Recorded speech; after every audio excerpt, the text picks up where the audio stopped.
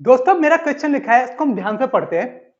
यदि 50 से कम लोगों ने आवेदन किया था और 25 से कम चयनित थे, तो चयनित लोगों का अचयनित से न्याय अनुपात 9:4 था। चयनित और अ, अर्चयनित लोगों का अनुपात कितना है? 2:1। तो कितने उम्मीदवारों ने क्या किया था? आवेदन किया था। अगर हम देखें 2:1 मतलब 2 और 1 3, तो ऑप्शन चेक करें, अगर 3 से कौन सा कट रहा है भाई?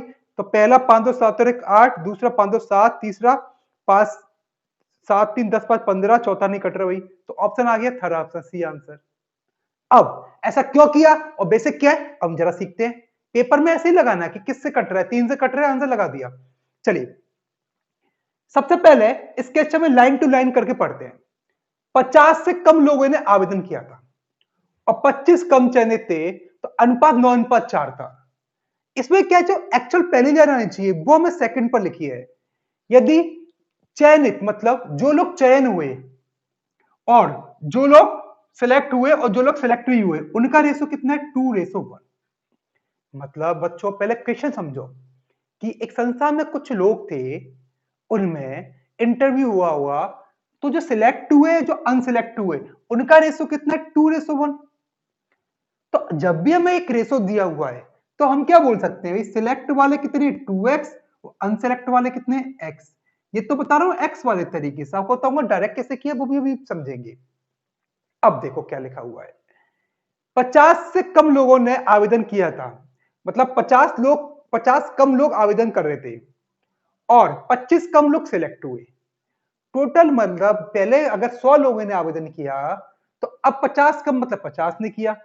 अगर पहले 200 ने किया, तो अब 150 ने किया।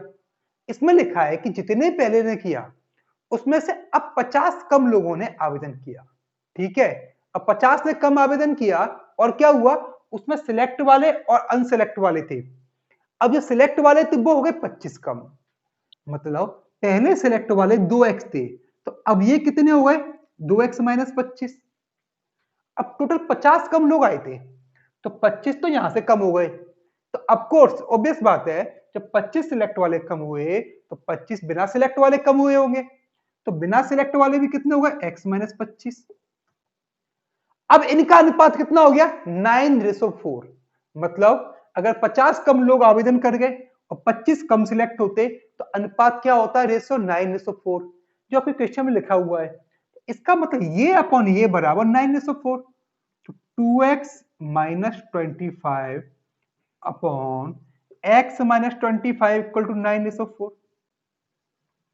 आपको यही तो लिखा होता कि कम इतने होते। अब इसमें x की वैल्यू निकाल लो, तो x बराबर 9 में 4 के 25, 125।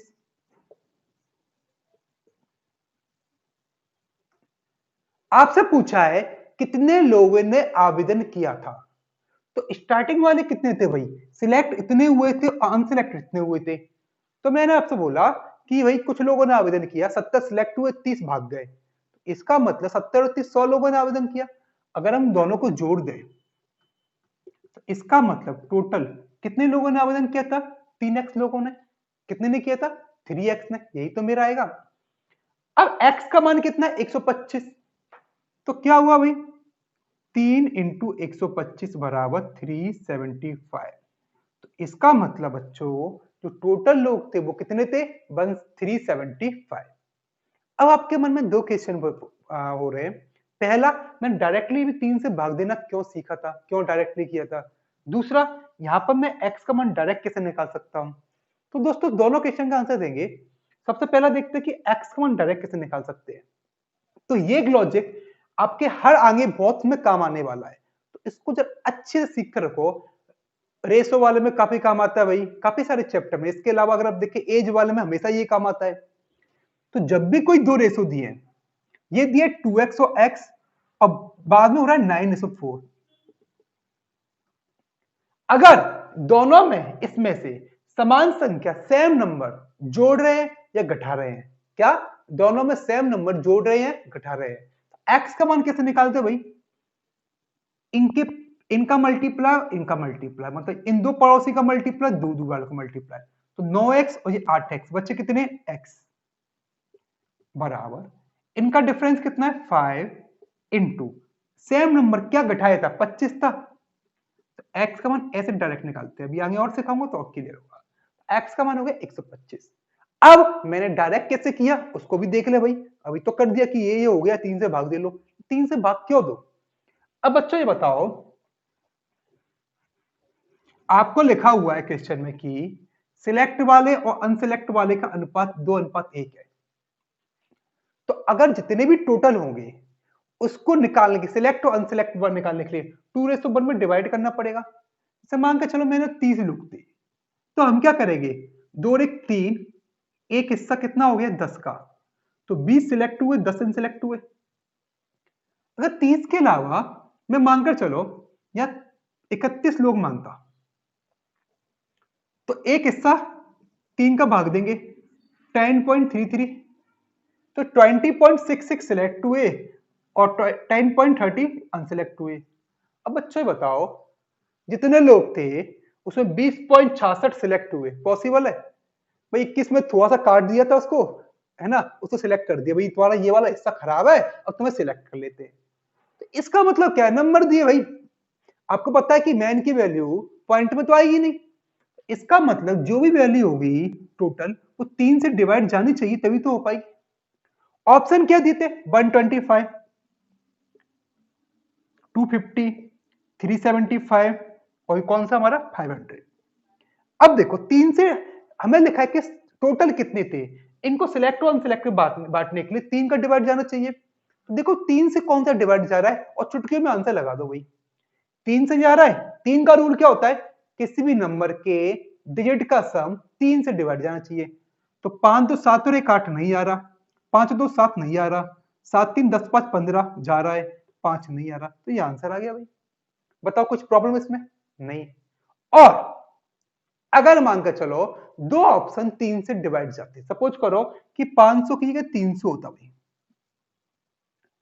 अब आपको पहले लिखा है 50 कम लोगों ने आवेदन किया होता, तो रेशो क्या होता 9:4। इसका मतलब टोटल जितने थे उनमें से अगर मैं 50 घटाता तो वो 9:4 में डिवाइड होते, इसका मतलब 9 अच्छा 13 से भाग जाता। तो वही चेक कर लेते कि 50 घटा के 13 से भाग जा रहा है ये, तो कितना हो रहा है 13 दूनी 26, 13 पंजे 65 जा रहा है, तो आंसर आ गया भाई, बस खत्म। बच्चों बड़ा ही प्यारा क्वेश्चन है, इस टाइप के 2-3 क्वेश्चन पेपर में आ चुके हैं। तो लिखा हुआ है नीले और पीले रंग के एक रंगीन चित्र में नीले और पीले रंग का यूज 4:3 के रेशो में हुआ है। मतलब एक कलरफुल पिक्चर है आपके पास, ठीक है, ये क्या इसमें केवल दो ही टाइप से बना हुआ है, एक नीला और पीला, मतलब ब्लू और येलो। अब इसमें या तो ब्लू कलर ज्यादा हुआ, येलो या कम बराबर कुछ भी, तो इसमें लिखा है ब्लू और येलो ये दोनों कलर है, उनका यूज 4:3 में हुआ है। किसमें हुआ है बच्चों, 4:3 में। मतलब अगर 4 किलो ब्लू कलर लगा तो येलो कितना लगा हमारा 3 किलो, अगर 400 ग्राम में लगा तो 300 ग्राम, 800 ग्राम तो 600 ग्राम, तो इसके अकॉर्डिंग ही ये भी यूज हुआ। अब लिखा है अगर इस पिक्चर का हम हाफ करें आधा, तो ऊपर जो वाला आधा है आपका उसमें ये कलर यूज हुआ है 2:3 में। तो आपसे पूछा है कि नीचे वाले आधे में कलर कितना यूज हुआ होगा, तो कॉमन सेंस बात है, अगर मैंने आपसे बोला टोटल मिला के 4 किलो है, ये कितना है 3 किलो, ठीक है। अब मैं बोलूं ऊपर के आधे में अगर 1 किलो यूज हुआ है तो नीचे के आधे में बचा 3 किलो हुआ, ऊपर के आधे में अगर 2 किलो तो नीचे में 2 किलो, ऊपर में 3 किलो तो 4 में से 3 किलो, नीचे में 1 किलो, ऐसे ही तो होगा हमारा। तो हम क्या करेंगे, सबसे पहले टोटल कलर कितना था, उसमें ब्लू कितना था, येलो कितना था, उसको निकाल लेंगे और ऊपर वाले में से ऊपर के आधे का वाला पार्ट घटा के जो बचेगा वो नीचे के आधे में यूज हुआ। तो बच्चों कैसे करना भाई, यहां पर आपके ट्रिक काम आती है भाई कि क्या मान रहे हैं। एक तरीका टोटल कलर एक्स मान लो, वो लेंदी जाता है, अभी एक्स मानेंगे कोई बाद में बताऊंगा कैसे मानते हैं भाई, एक्स मान के क्या करते हैं, पहले हम लॉजिक वाला तरीका देख लेते हैं भाई। यहां पर क्या बच्चों, आपको ये दो रेशो दिए, ओवरऑल रेशो निकालना है, तो उससे एक्स का कोई फर्क नहीं पड़ता। तो मैं मान लेता हूं टोटल कलर की कुछ वैल्यू मान लेता हूं, 1 2 3 4 5 कुछ ही मान लेता हूं, कोई फर्क नहीं पड़ता। अब मानते कैसे, यही लॉजिक आपका पूरे रेशो चैप्टर में काम आएगा। तो आप बताओ, मैं अगर टोटल मानू 1, तो ब्लू कलर क्या हुआ, 1 इंटू 4/7। तो यहां पर क्वेश्चन लंबा क्यों जाता है, क्योंकि संख्या अपॉन में आती है। तो हमें अवॉइड करना है कि नंबर है जो अपॉन में नहीं आए। तो अपॉन में क्यों आ रहा है, क्योंकि एक 60 से नहीं कट रहा। तो अगर मैं ऐसा नंबर मान लूं जो कि 7 से कट जाए तो बहुत अच्छी हो। तो नंबर कैसे मानते बच्चों, आप जितने भी रेशो दिए आपको पता है टोटल यहाँ पर 7 से भाग जाना है, यहां पर किससे भाग जाना है, 5 से। तो क्यों ना ऐसा नंबर मानू 7 से भाग जाए, 5 से भाग जाए, तो इनका एलसीएम 7 पंजे 35। अगर मैं एक मान सकता हूं तो दो भी मान सकता हूं, 5 भी मान सकता हूं, कोई फर्क नहीं पड़ता। तो मैं अगर मानू पूरा 35 था, अब क्या होगा बच्चों, आपको पता है 35 का आधा करूंगा तो 17.5 होंगे। तो यहां पर फिर से पॉइंट में आ रही है, क्योंकि हमें टोटल जितना था उसका हाफ करना पड़ेगा। तो 35 के 70 माने तो बहुत इजी हो जाएगा। अब 35 मानो तब भी होगा, 30 मानोगे तब भी होगा, लेकिन इजी कहां हो रहा है वो आपको समझना है, वही आपको विजुलाइजेशन करना है कि नंबर को कैसे मानना है। तो मैंने मान लिया टोटल कितना है, 7 पंजे 35 19 70 मान लिया। टोटल जो चित्र में येलो और ब्लू कलर है वो कितना है, 70। 70 में आपको पता है 4:3 में, तो भाई बांट लो, 7 हिस्से 70 के, एक हिस्सा 10 का, तो कितना हो गया, 10 चौक 40, 10 तिया 30। तो ब्लू कलर की वैल्यू 40 है और येलो की 30 है। ठीक है, कोई दिक्कत यहां तक नहीं। अब लिखा है ऊपर वाले हाफ में 70 था टोटल। अब एक बात बताओ, टोटल ऐसा तो है नहीं कि इसमें से कोई पोर्शन खाली छूटा हुआ है, सारे कलर हुआ होगा ना। तो टोटल जितना भी था उसका आधा कलर ऊपर यूज हुआ होगा। अब ये बात अलग है, ऊपर ब्लू ज्यादा येलो कम या येलो ज्यादा ब्लू कम। तो 70 में से टोटल आधे में कितना होगा, 35 यूज, कितना हुआ 35। ऊपर के हाफ में ब्लू ये 2:3 में, तो कितना भाई, 5 पार्ट 35 के, एक पार्ट कितने 7 का, तो 7 दूनी 14, 7 या 21। तो ऊपर के हाफ में ब्लू और येलो कितने हैं भाई, 2:3, मतलब 14 और 21। आपसे पूछे नीचे के हाफ में कितना हुआ, तो 40 था, 14 ऊपर है, तो बच्चों कितना बच्चा 26, यहां कितना बच्चा 9। तो इसका मतलब नीचे के हाफ में जो कलर था ब्लू और येलो, उसका अनुपात रेशो क्या हो गया, 26:9 आ गया आंसर। बस क्या दिक्कत आई। अब इसको अगर मैं एक्स से मानता तो क्या करता, उसको भी हम चर्चा कर लेते हैं उसके बारे में। तो एक्स मान के कैसे करते बच्चों, टोटल मानते एक्स, तो ब्लू कलर कितना हो गया, एक्स इंटू 4 अपॉन क्या करते हैं टोटल मिला के 4/7, और येलो एक्स इंटू 3/7। अब ऊपर के हाफ में कितना था 2:3, तो टोटल एक्स था, तो ऊपर का हाफ कितना जाएगा, x/2। इसमें अनुपात कितना 2:3, तो ब्लू निकलता x/2 इंटू 2/5, और येलो x/2 इंटू 3/5, यही तो निकलता। तो अगर मैं ब्लू में से, टोटल में से ये ऊपर वाला हाफ घटा दूं तो मेरा नीचे का ब्लू आएगा, और टोटल येलो में से ऊपर वाला येलो घटाओ नीचे का, तो माइनस करके जो रेशो आएगा वो सेम आएगा। तो इतना लंबा करने की जरूरत नहीं है, अब वैल्यू मानो बहुत जल्दी होगा। इसी टाइप का एक और क्वेश्चन है, देखते हैं हम। ये आपकी अर्थ है, इसकी सतह पर भूमि और जल, मतलब ऊपर लैंड है नीचे क्या वाटर, इनका अनुपात कितना दिया है, 1:2। मतलब आपको लैंड जो वाटर दिया है वो कितना दिया है, 1:2। अब आपको पता है पूरी पृथ्वी पर दो हेमिस्फीयर होते हैं, नदन और सदन, मतलब उत्तरी गोलार्ध दक्षिणी गोलार्ध। अब लिखा है उत्तरी गोलार्ध में अनुपात 2:3 है। पृथ्वी भूमि और पानी से बना हुआ है, कहीं भूमि ज्यादा होगी मतलब लैंड ज्यादा हुआ, कहीं वाटर ज्यादा हुआ, तो ऐसा ही होता है इसमें। तो यहां पर क्या है, ऊपर वाले में जो रेशो है वो कितना है 2:3, तो नीचे वाले में क्या हुआ, सेम तरीका दोस्तों में पहले किया था।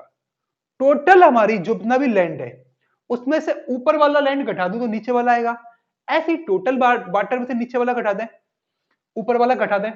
तो यहां पर कोई वैल्यू मान लो, क्या कि टोटल हमारा लैंड और वाटर मिला के कितना एरिया है, तो वैल्यू इसके अकॉर्डिंग, यहां 3 का डिवाइड जाना है, यहां जाना है किसका 5 का। तो 5 और 3 का एलसीएम कितना 15।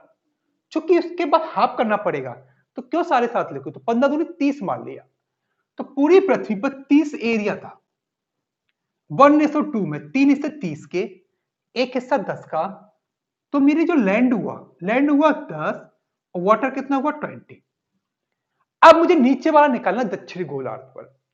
तो अब मैं इसमें से उत्तरी गोलार्ध का घटाना पड़ेगा।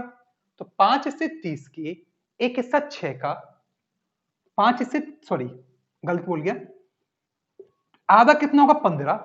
तो 5:15 के एक हिस्सा 3 का, तो 3 दूनी 6 और एक हिस्सा कितने का था हमारा 3 का था ना, तो 3 तिरका कितने होगा 9। तो पूरा लैंड 10 था, 6 ऊपर था, तो नीचे बचा 4 और वाटर कितना बचा हमारा 11। तो आपसे पूछा है दक्षिणी गोलार्ध में लैंड और वाटर का रेशो, तो कितना आ गया बच्चों 4:11। एक्स मानना चाहता तो एक्स मान लेते, वही जो बताया था, एक्स मानते x/3 2x/3, फिर उसका आधा करते यहां बांटते फिर माइनस करते। लेकिन आप लोग स्मार्ट हो, मुझे पता है आप लोग एक्स ही मानो, ऐसे करना।